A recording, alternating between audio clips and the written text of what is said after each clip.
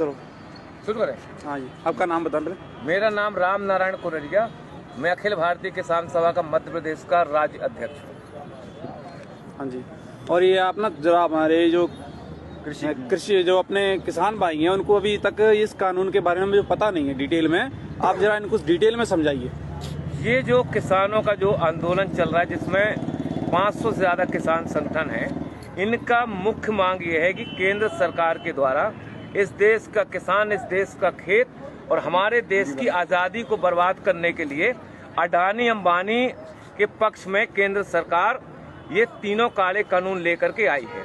कानून जो पहला बिंदु जो है जिसको ये कहते हैं कृषि उपज व्यापार वाणिज्य अधिनियम 2020, इस कानून का आशय ये है कि हमारे देश के अंदर जो मंडी व्यवस्था थी, मंडी व्यवस्था को चौपट करने के लिए सरकार सरकारी मंडियों के समानांतर प्राइवेट मंडियों को खाद्यान्न खरीदने की इजाजत दे रही है।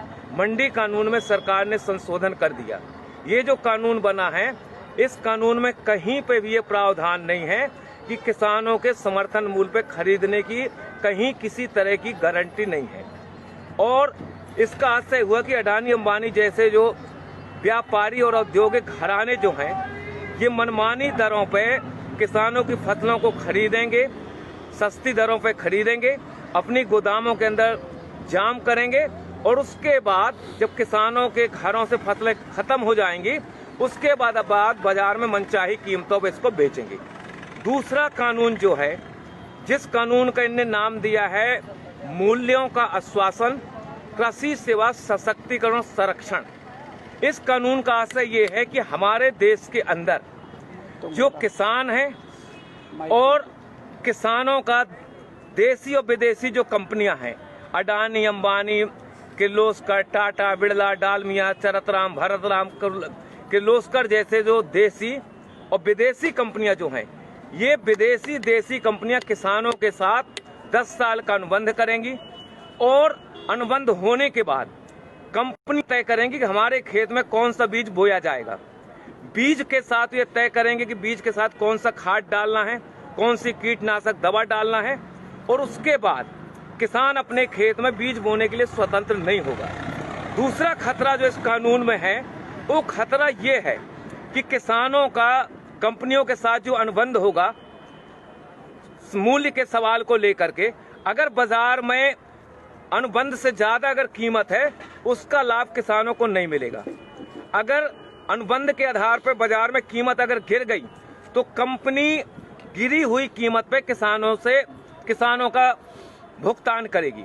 अगर मान लो किसान अपने खेतों में जो फसल पैदा किया, कभी प्राकृतिक आपदा आ गई, ओला पड़ गया, पाला पड़ गया, कभी अति वर्षा हो गई, अगर फसल में कोई आंशिक क्षति गुणवत्ता के सवाल पे कंपनी हमारे माल को रिजेक्ट कर सकती है, खरीदने के लिए कंपनी बाध्य नहीं होगी।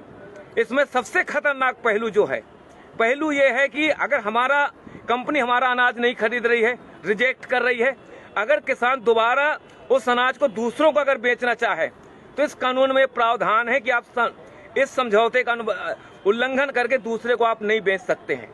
इस कानून में सबसे खतरनाक पहलू जो है कि ये न्यायालयीन प्रक्रिया से बाहर कर दिया गया है। एसडीएम कलेक्टर जो है इसका निराकरण करेगा, केंद्र सरकार का प्रतिनिधि निराकरण करेगा।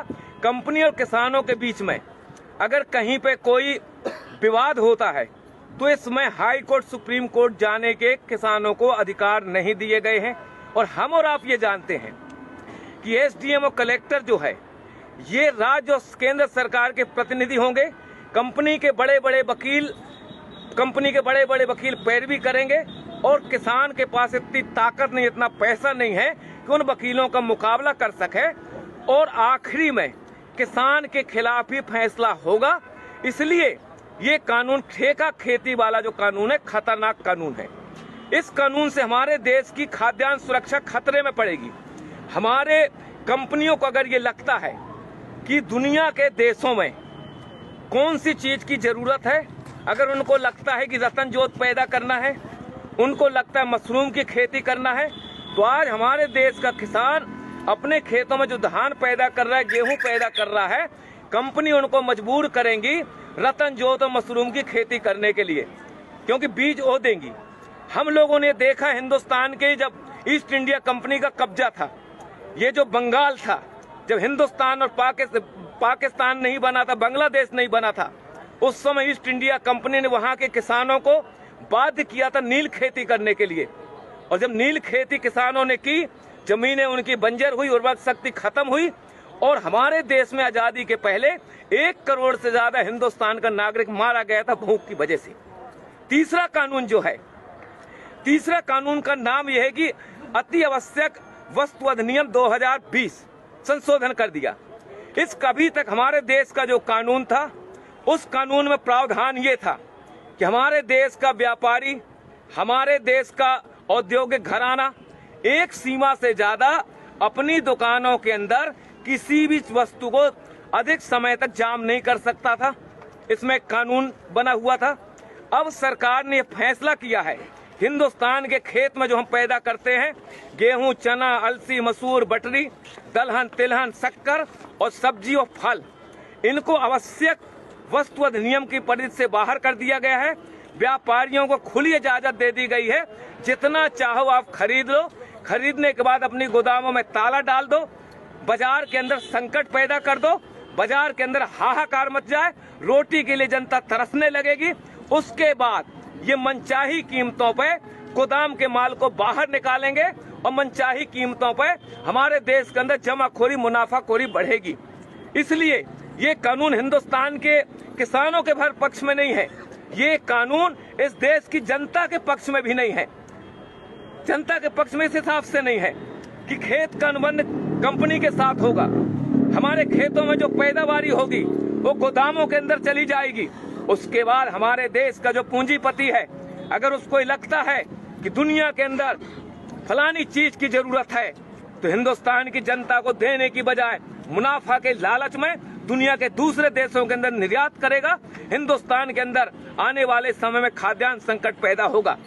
ये इस कानून की वजह से हिंदुस्तान की जो आबादी है, 40% लोग जो राशन की दुकानों से 2 रुपया 5 रुपया किलो का जो अनाज लेते हैं, जब सरकार खरीदी नहीं करेगी, सार्वजनिक राशन प्रणाली की दुकानें बंद हो जाएंगी, FCI की गोदामें बंद हो जाएंगी, वेयर हाउस बंद हो जाएंगे। और ये जो कानून है, ये कानून हिंदुस्तान की सरकार ने अडानी अंबानी जैसे जो पूंजीपति हैं, अमेरिका जैसे जो साम्राज्यवाद है, उनके दबाव में आकर के हिंदुस्तान की खेती, हिंदुस्तान के किसानों को बर्बाद करने के लिए ये काला कानून लेकर के आई है। हिंदुस्तान का किसान 22 दिन से आज दिल्ली के 5 जो बॉर्डर हैं, इन बॉर्डरों में कफन बांध के किसान यहाँ बैठा है कि मोदी सरकार इन कानूनों को वापस ले। जब तक ये कानून वापस नहीं होंगे, हिंदुस्तान का किसान अपनी इस आंदोलन को आगे बढ़ाता रहेगा। हमारी सिर्फ यही मांग है, सरकार ये कह रही है कि हम संशोधन करने के लिए तैयार हैं। हमको और आपको मालूम है कि हमारे देश के अंदर संविधान बनने के बाद कितने संशोधन नहीं हो गए। अगर एक कानून बन गया, कानून में ने मान लो गारंटी भी लिख दी, लेकिन जब चाहेगी सरकार उनमें संशोधन कर सकती है। इसलिए सिर्फ एक ही रास्ता है, हिंदुस्तान के किसानों को मौत से अगर बचाना है, देश की आजादी को अगर बचाना है, तो जो काले कानून है, ये काले कानून वापस होना चाहिए। इस सवाल को लेकर के हम लड़ रहे हैं। और आखिरी हम किसान संगठनों की तरफ से विश्वास दिलाना चाहते हैं, वो बहादुर 30 किसान जिन्होंने अपनी शहादत दी है, वो भी किसी के बाप है, वो भी किसी के पति हैं, किसी के भाई हैं, किसी के सुहाग हैं। ये मोदी सरकार, ये नरेंद्र मोदी की सरकार 30 किसानों की शहादत के नाम पर एक शब्द बोलने के लिए तैयार नहीं है। ऐसी सरकार को हिंदुस्तान की सत्ता में रहने का कोई हक नहीं है। हम किसान भाइयों से गुजारिश करना चाहते हैं, ईंट का जवाब पत्थर से दो, किसान को बचाओ, देश को बचाओ, यही हमारे आंदोलन का मकसद है। जय जवान जय किसान। भाइयों, जिस प्रकार किसी भी किसान भाई को ये चीज का जो मालूम नहीं है कि 3 कानून क्या हैं, वो समझ लें और इस वीडियो को शेयर करें, ज्यादा से ज्यादा किसानों को समझ में आए। जय जवान जय किसान। कितने मिनट का है? लाइव था भाई, लाइव क्योंकि 10-12 का था।